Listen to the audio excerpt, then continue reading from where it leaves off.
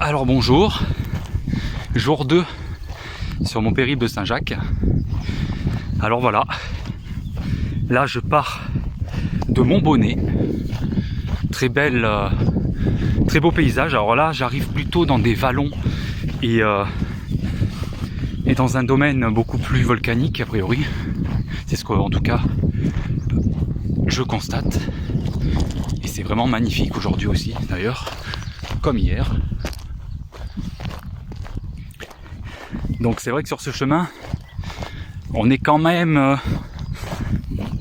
moi qui viens par exemple de la ville, peut-être que si vous êtes à la campagne, c'est pas le cas, qu'on a l'habitude à tout ce qui est stressant et tutti quanti, bien c'est vrai que pour le coup, quand on fait le chemin de Saint-Jacques, ça nous permet vraiment de nous déconnecter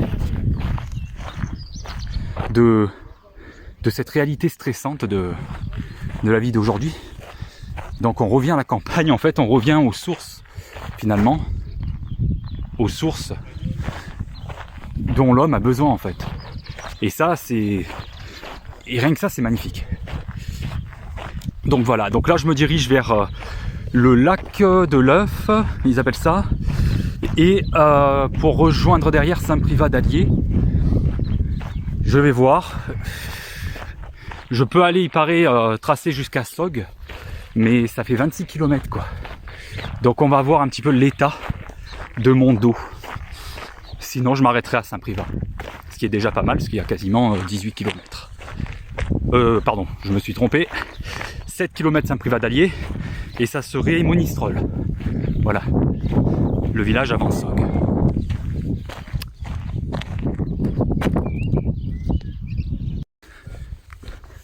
Nickel. Là je viens de partir de mon gîte où j'ai demandé de planter ma tente dans le jardin du gîte, et pour le coup c'était magnifique, magnifique.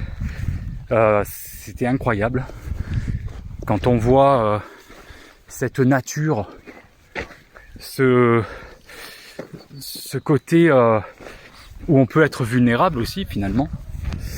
C'est vraiment magique. Se réveiller vraiment au soleil levant. J'ai eu la chance parce que hier il faisait pas beau, et aujourd'hui c'est un peu menaçant quand même, mais on a quand même du beau temps, on peut pas se plaindre non plus. Donc non, franchement une des rencontres magnifiques aussi. La dame du gîte aide tous les pèlerins le matin à régler leur sac, parce que souvent, soit à part être habitué au chemin, mais souvent on n'a pas les bonnes techniques pour le réglage, et qui dit ne pas avoir un bon réglage de son sac dit se casser le dos. Donc en fait elle nous a vraiment aidé à régler les bretelles et à tout régler. Donc franchement c'est et c'est fait avec une hospitalité qui pour eux est normale finalement, un geste normal qu'aujourd'hui finalement dans la vie d'aujourd'hui on a du mal à retrouver, parce que souvent les gens sont dans l'attente d'un rendu, ou là non, c'est pas le cas.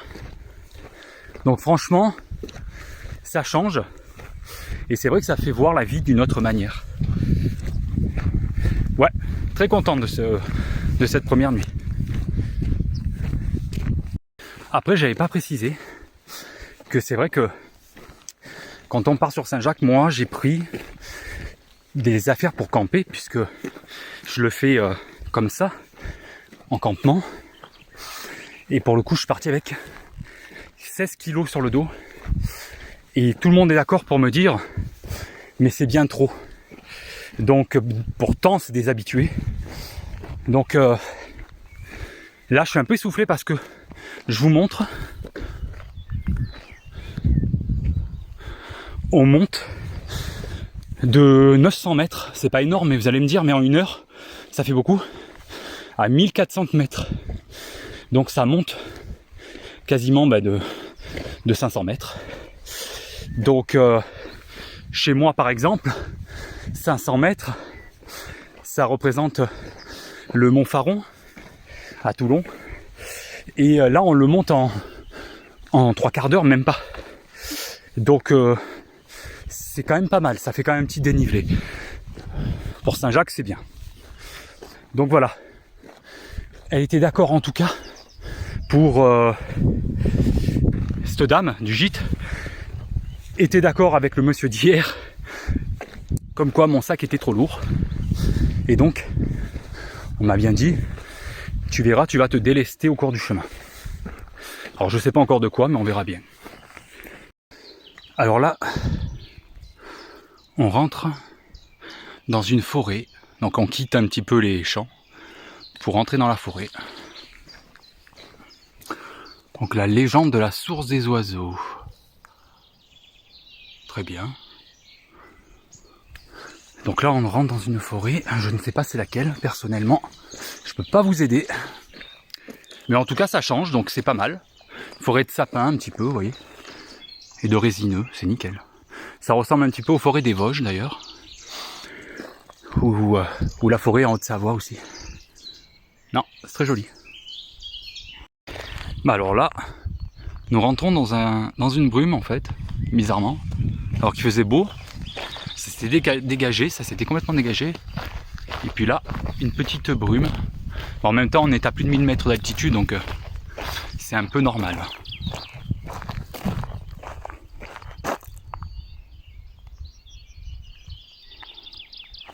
Alors comme je vous disais, le temps tourne vite ici en fait. Voilà. Donc le chemin, ben... Bon, je pense que je vais avoir le mauvais temps. Je sais pas si en bas, parce que là je redescends sur Saint-Privat. Est-ce qu'il va faire beau? Bah, a priori c'est mal barré parce que c'est par là-bas et a priori, bon ben, il fera gris. Mais en tout cas, je pense pas qu'il y ait du brouillard à Saint-Privat. Enfin, on verra bien. Après ça a son charme aussi. Et là voilà, le soleil qui ressort. Bon ben voilà. Je me retrouve donc au petit village, je ne sais pas si on peut appeler ça un village, oui c'est un petit village, c'est un lieu-dit du Chier. Donc je sais le nom peut laisser porter à confusion, mais par contre qu'est-ce que c'est beau, c'est magnifique. C'est un beau village, tout en pierre. Par contre je comprends parce que je viens d'apprendre qu'on est dans ce qu'on appelle en France la diagonale du vide. Je crois que c'est une diagonale qui fait de l'Alsace en passant donc toute la France mais en diagonale jusqu'à la frontière espagnole basque. Et la diagonale du vide, ça veut dire qu'il n'y a rien du tout, quoi. C'est la France mais où il n'y a rien. Et je crois que je suis en plein dedans là sur la ligne. En tout cas, ouais. Mais je comprends mieux. Parce que regardez, il y a vraiment rien du tout.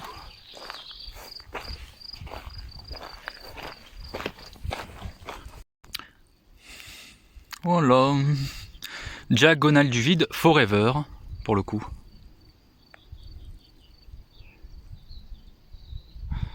La vieille France, qu'est-ce qu'elle est belle. C'est vraiment magnifique.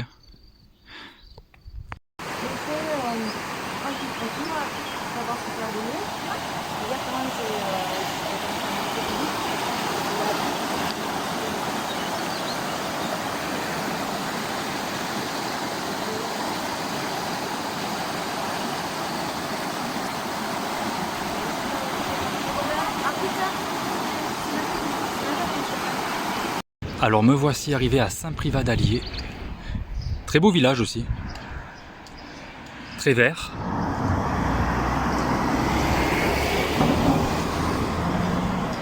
Un peu en hauteur. Bon, j'ai pas vu l'altitude exacte.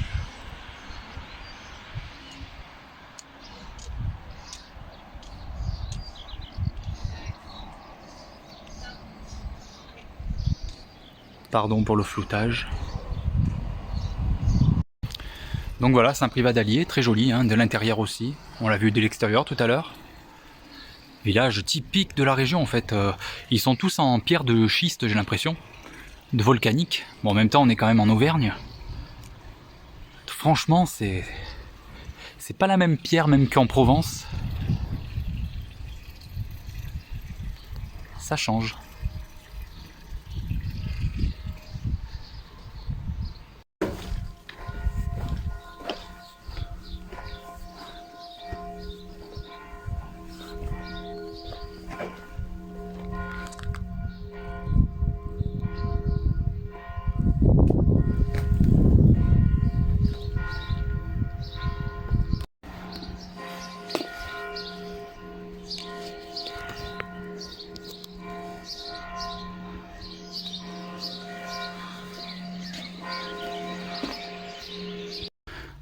putain, je suis essoufflé comme jamais. Il a fallu. Je pars de Saint-Privat d'Allier. Et pour le coup, figurez-vous qu'il y a une montée de malade, vous la voyez de là, de Saint-Privat à ici. Je vous dis, j'ai craché mes poumons. Et là, je pars direction Monistrol. C'est parti.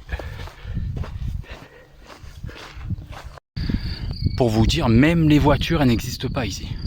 C'est un truc de fou.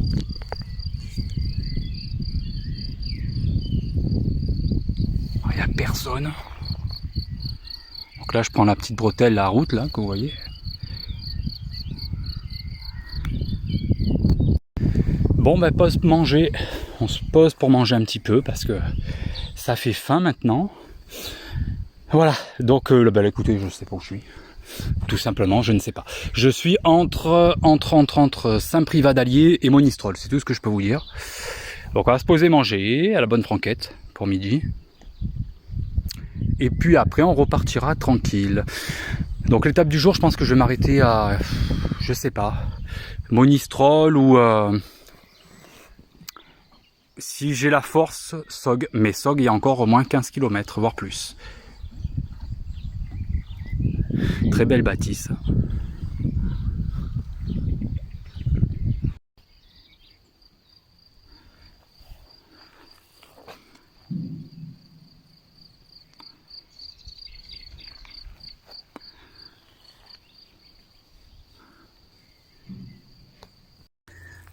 Alors là, je sors d'un village qui s'appelle Rochegude. Mais ça descend. D'ailleurs, on me l'avait dit à quasiment après le Puy-en-Velay. J'ai rencontré donc 2 personnes très gentilles qui en a parlé 30 minutes à peu près.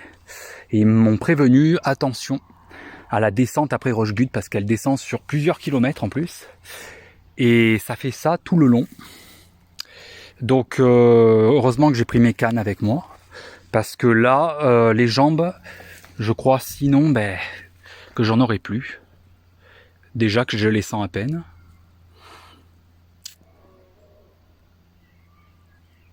C'est parti.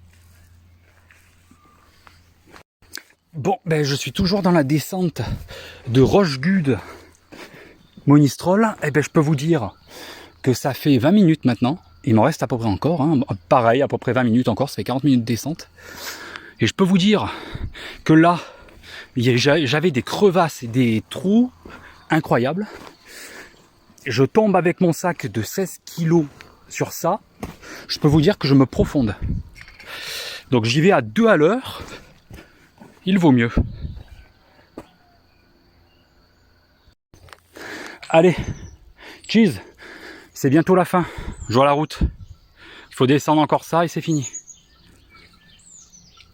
Purée. C'est quelque chose, hein, je vous le dis. Oh, c'est la fin. Bouh. Ouais. C'est nickel. Mais je savoure quand même, hein. Ouais, d'accord. La fin, mais elle est quand même complètement cabossée, hein. Dis donc.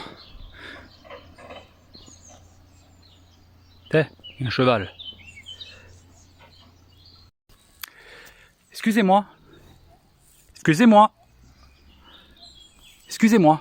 Le chemin, c'est par où?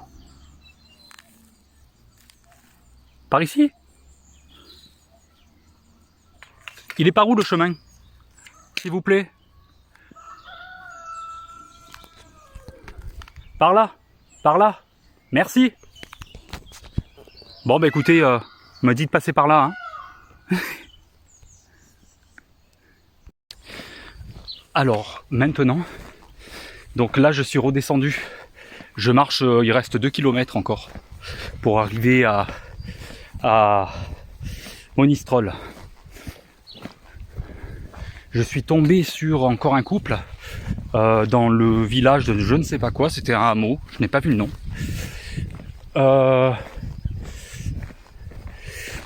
Et pour le coup, on a parlé 20 minutes et ils m'ont expliqué, donc ils m'ont un peu expliqué encore la région, les paysages, tout ça. Et pour le coup, alors là je regarde en même temps si je suis bien sur le bon chemin. Ah ben super. Ils nous disent, vous voyez,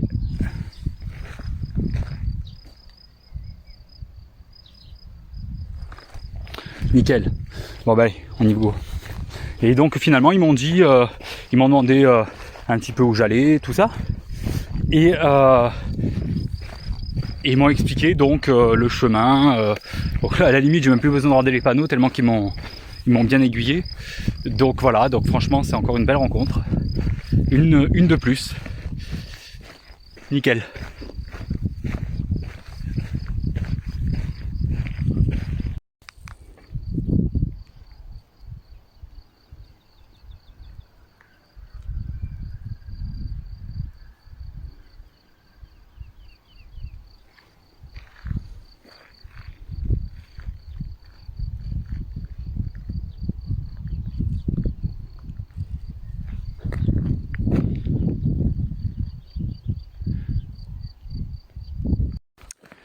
Alors là, je descends et qu'est-ce que ça sent bon par contre. Je sais pas ce que c'est, alors là, je sais pas si c'est ça ou pas. Ouais. Je sais pas si c'est les fleurs ou pas, mais ça sent une odeur. Ça sent comme un petit peu une odeur de lessive. Franchement, c'est bien pour finir le parcours. Par contre, là, ça y est, il commence à faire chaud, le soleil s'est levé. Tant mieux, vous me direz tant mieux. Mais en réalité, il fait peut-être un peu frisqué quand il y a les nuages, mais quand il y a le soleil, ça commence à taper. Donc, au final, c'est bien un petit mix des deux. Et oui. Soit il fait trop chaud, soit il fait trop froid, ma foi. Bon, ben, a priori, là, ça y est. Ça, c'est l'Allier, a priori, ce fleuve-là. Donc, j'allais faire un petit tour, voir si je peux faire trempette. Ça va faire circuler le sang. Parce qu'elle doit être bien fraîche. Hein. Alors là, vous voyez, je suis allé au bord de l'Allier pendant plus d'1 heure et demie. Je me suis reposé en fait. J'ai trempé un peu mes pieds dans l'eau froide. J'ai hésité à rentrer entièrement, mais j'ai dit bon, je vais pas le faire aujourd'hui. Je le ferai peut-être quand il fera plus chaud. Mais là, quoique là, ça cogne bien, c'est bien d'ailleurs. Vous voyez, il y a un temps de fou. Donc ça va.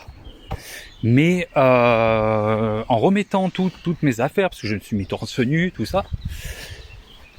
Bonjour. Et je me suis rendu compte d'une chose. Je suis vraiment le pèlerin dans la peau là. C'est que j'ai mis mon t-shirt à l'envers.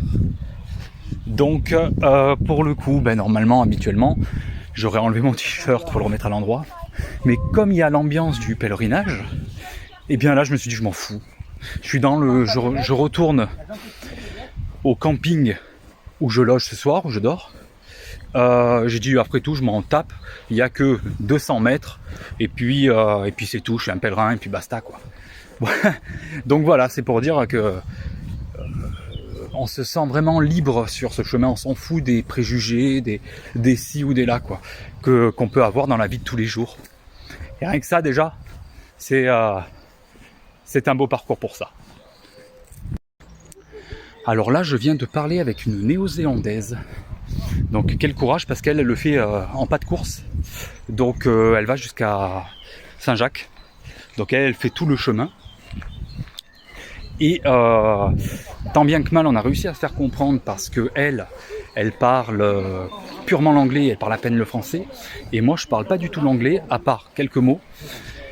Et donc en fait on a fait le langage des signes. Et on a discuté facilement pendant 15 minutes. À gesticuler, donc c'était quand même rigolo et comme quoi ben là aussi on peut avoir des rencontres assez particulières en fait. Bonjour à tous, bienvenue dans mon jour 3 de mon chemin de Saint-Jacques.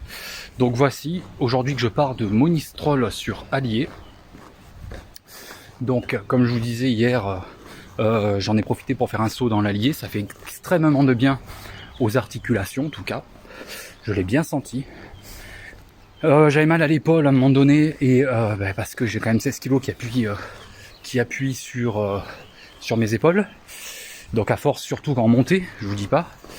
Je me suis passé vraiment une huile essentielle donc de Golteri, l'huile essentielle de Golteri, avec un peu d'huile d'olive, et ça soulage. Donc déjà on est pas mal. Alors là j'entends une rivière. Donc là c'est l'Allier, on est toujours sur le chemin de Saint-Jacques. Ouais. Donc voilà. Donc aujourd'hui je me dirige vers Sogg. Donc Sogg, à peu près 10 km. Mais 10 km de montée. Donc je vous laisse imaginer la difficulté.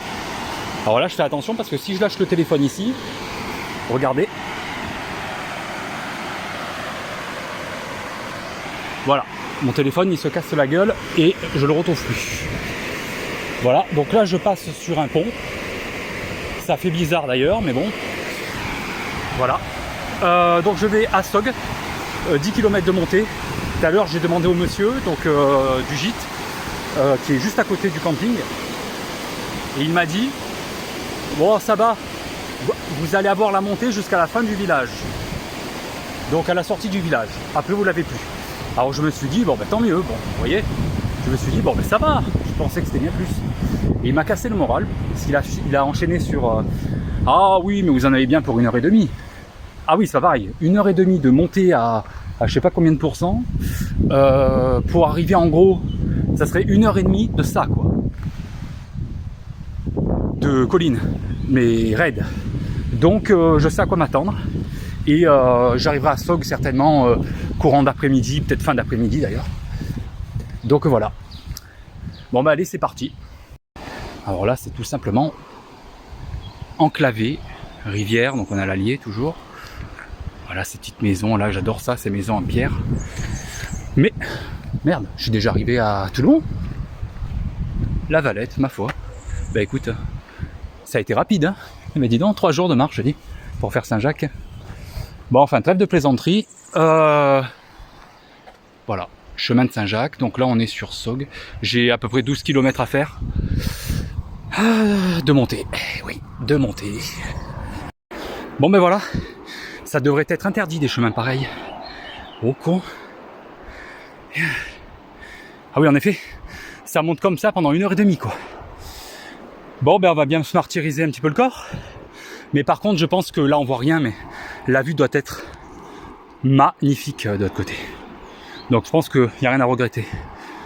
Ouais, que du bonheur. Que du bonheur.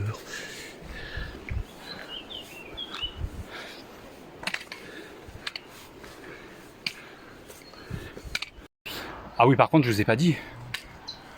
Je suis magnifique à voir aujourd'hui, franchement. Je pense que c'est le plus beau look qui puisse exister. Rebonjour. Rebonjour. Eh ben bon chemin parce qu'on en a pour 1h30, il paraît. C'est comme ça ? C'est ça, ouais. Ouais, ouais. Très bien. Hop là. Merci. Merci à vous. Vous aussi. Oui. Si on se revoit pas, bon bah écoutez. Bon chemin à vous. Bon chemin. Oui, donc je disais que je suis magnifique à voir. Donc voilà. Donc chapeau, là, il n'y a pas de souci, tu vois. Bâton, bon ça, c'est normal. Hein, et sandales avec les chaussettes. Voilà, bah écoute, sandales chaussettes, par contre, il n'y a qu'un pèlerin qui peut faire ça. Et ben voilà, c'est moi. Voilà. Alors là, vous voyez, par contre, il y a un truc que je ne supporte pas. Bon, on va pas s'énerver, déjà on montre un petit peu la vue. Voilà. C'est ça. Pourtant, c'est simple hein, de garder dans la poche et de le jeter à la prochaine poubelle, même si elle est dans 10 km. C'est pas ça qui prend trop de place, quoi. Mais ça, je trouve ça scandaleux. Surtout quand on est dans une nature absolue, quoi. Comme là. Enfin, c'était la petite parenthèse pour dire quand même qu'il que quand on randonne ou quand on marche sur une longue distance ou pas, hein, le minimum c'est quand même d'être propre parce que bon, la nature nous offre toutes ses beautés, c'est pas pour la salir derrière quoi. Enfin, allez, nous continuons. Alors là vous voyez, je suis blasé parce que on est en plein chemin, il n'y a rien et il nous reste encore bien 7 km sans rien avoir. Et voilà qu'on a un panneau qui nous parle chez Josie, 1 km après Vernet, tarte aux myrtilles, sandwich, omelette, sirop maison. Mais purée, mais c'est pas maintenant qu'il faut nous le dire, putain. Putain, j'ai faim maintenant. Ah, bon allez, bah écoute, je vais me poser, hein. Je vais manger ma boîte de pâté, hein, finalement.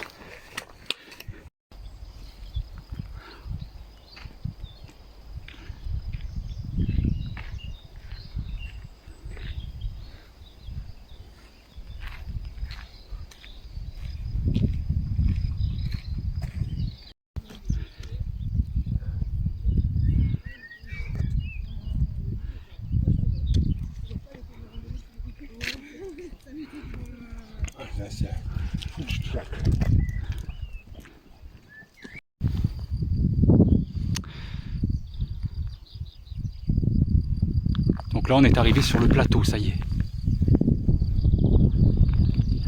Nous sommes sur le plateau.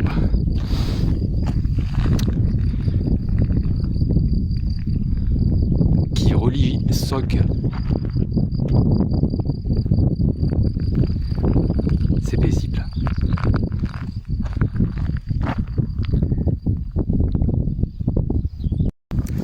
Bon ben voilà, là je suis sur le plateau de... avant d'arriver à Sogg. Donc je sais pas si c'est encore la Margeride ou je ne sais quoi.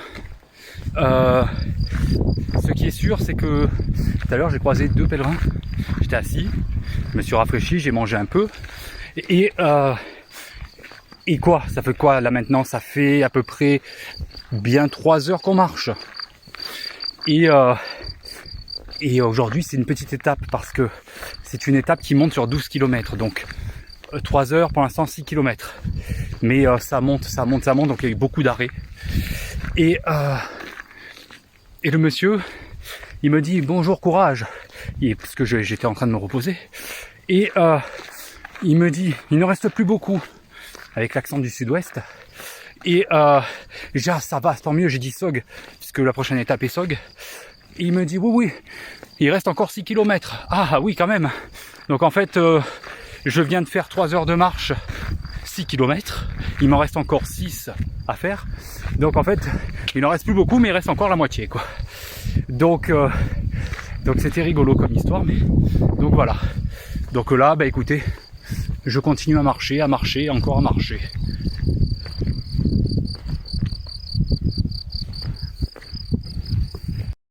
Alors, tout à l'heure quand je vous disais que j'étais en train de dire que j'avais faim parce que j'avais vu le fameux panneau à Le Vernet où on pouvait manger. Regardez, je viens à peine d'arriver. Ça fait maintenant 2 heures. C'est joli, mais ça fait 2 heures. Donc c'était un peu tôt pour mettre... pour afficher ça, parce que là franchement celui qui croit qu'il va manger rapidement, il est mal barré, hein. Alors là je me trouve à Rognac. J'ai fait une petite arrêt parce que j'ai commencé à avoir mal aux jambes avec le poids sur le dos. Donc je me ménage un peu. Donc voilà, je suis ici. Alors oui, c'est un peu compliqué à voir, mais voilà. Voilà, à côté d'une petite un point d'eau. Donc j'ai fait une belle rencontre de 2 personnes avec qui on a discuté et on a parlé de gîte, tout ça.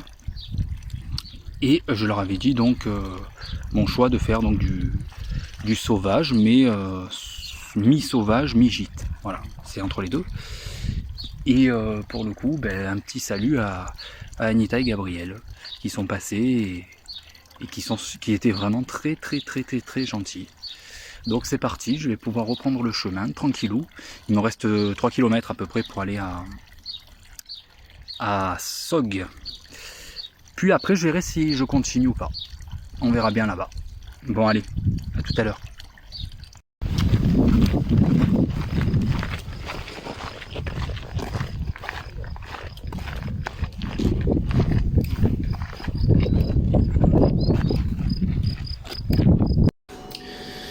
Bon ben me voilà à Sog, donc ça y est. Donc 13 km de fait, donc je vais voir si je reste sur Sog ou pas. Sog, belle ville. Par contre, elle fait beaucoup moins rêver parce que bon, on doit remettre le masque, hein, voilà. Je suis donc abrité non plus au pied d'une chapelle, mais dans le sas du Crédit Agricole, donc déjà c'est plus du tout la même chose. Bon, heureusement qu'il y a un Crédit Agricole parce qu'il fallait que je retire un petit peu quand même parce que il faut anticiper, pas se faire avoir sur ce côté-là. Voilà, donc maintenant Sog, c'est à voir, mais ça reste une ville. Voilà, ça reste quand même une ville, mais c'est beau. Il y a une belle chapelle, même une église, parce qu'une chapelle, non, c'est une église. Donc ouais, non, c'est très joli quand même. C'est pour une ville, ça a du charme. Voilà, donc bon, ben moi je vais continuer. Un peu, pas beaucoup. Je vais continuer un peu après Sog et je vais voir un petit peu où je peux loger ce soir. Bon, ben sinon à tout à l'heure. Tchuss. Petite parenthèse, je suis toujours devant le sas du Crédit Agricole, donc ça fait maintenant 5 minutes que j'y suis. Je vous ai donc laissé mon partage tout à l'heure, il n'y a même pas 2 minutes. Pour vous dire que justement je viens de vivre une expérience qui m'a fait réfléchir sur le fait que je sois dans une ville qui est petite, hein, certes, mais qui est petite quand même, et qui s'appelle Sog. Et puis j'ai constaté que par exemple il y a une dame qui est venue et ça l'a gêné carrément que je sois là devant. C'est pas important, c'était pas une dame qui travaille au sein du Crédit Agricole, mais elle voulait retirer et ça l'a emmerdée et donc au final même pas, elle m'a regardé bizarrement et elle est rentrée retirer dedans, quoi. Donc c'est là où on voit finalement qu'on est dans une ville. Il n'y a plus cette solidarité, il n'y a plus cette compréhension, tout est stress en fait, même si c'est une petite ville, mais quand même. Donc c'était vraiment ma petite réflexion du jour.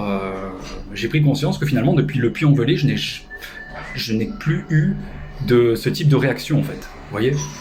Donc voilà, donc c'était un petit partage pour d'une petite prise de conscience. Comme quoi, la campagne n'a pas que du mauvais. Bon ben là vous voyez, comme quoi, je suis toujours à Sog, donc je profite de faire un ravitaillement. Je peux vous dire que ça fait 2 bons jours que je suis parti, que je n'ai plus croisé de grandes surfaces, où ça a été que des villages, des vieux villages, mais vraiment, quand je dis vieux, c'est pas un village, c'est vraiment la vieille France, quoi. Là, c'est vraiment des hameaux, des villages, où tu galères pour trouver d'ailleurs à bouffer, où il faut anticiper. Et là, le fait de revenir que 2 jours plus tard, après avoir connu ça, ça fait déjà un dépaysement. Quand on se retombe en fait sur un carrefour ou voilà. Donc ça fait extrêmement bizarre. Comme quoi la civilisation, c'est 2 mondes totalement différents en fait. Et c'est vrai que le chemin de Saint-Jacques, ça nous fait prendre conscience de ça en fait, du grand écart qu'il y a entre la vie citadine stressante et la vie de village où eux à la limite ils font quelques courses mais ils vivent de ce qu'ils ont en fait. Donc c'est vraiment étrange. Alors me revoilà ici, donc là je suis sorti de Sog. Vous voyez là-bas la ville, c'est Sog. Là. Je ne sais alors pas où je vais dormir aujourd'hui. J'ai rencontré un monsieur qui m'a dit vas-y après Sog. Marche après Sog, il m'a dit. Il m'a dit tu vas trouver un refuge magnifique avec une rivière pour te doucher si tu veux. Et comme ça je peux manger même devant et tout, ce serait nickel. Mais je marche, bon là je suis pas à 1 heure, hein, là je dois être à 40 minutes. Mais j'espère que c'est vraiment 1 heure quoi. Que c'est pas le local qui me dit, la personne, un loco tu vois, qui me dit à 1 heure alors qu'en réalité pour eux c'est 1 heure et que pour toi c'est 2h30 quoi. Donc bon ben j'espère que c'est vraiment 1 heure parce que là c'est bon, j'ai envie de me poser. C'est bon pour aujourd'hui on va dire. Voilà, donc là sinon après je repars par là. Voilà, il faut que je monte cette route et j'espère que je vais le trouver ce refuge. Voilà, bon ben à toutes. Alors là, je suis perdu dans une forêt. Donc la forêt juste après Sog. Bon, il y a quand même bien 1 heure de marche maintenant. Mais il n'y a que ça.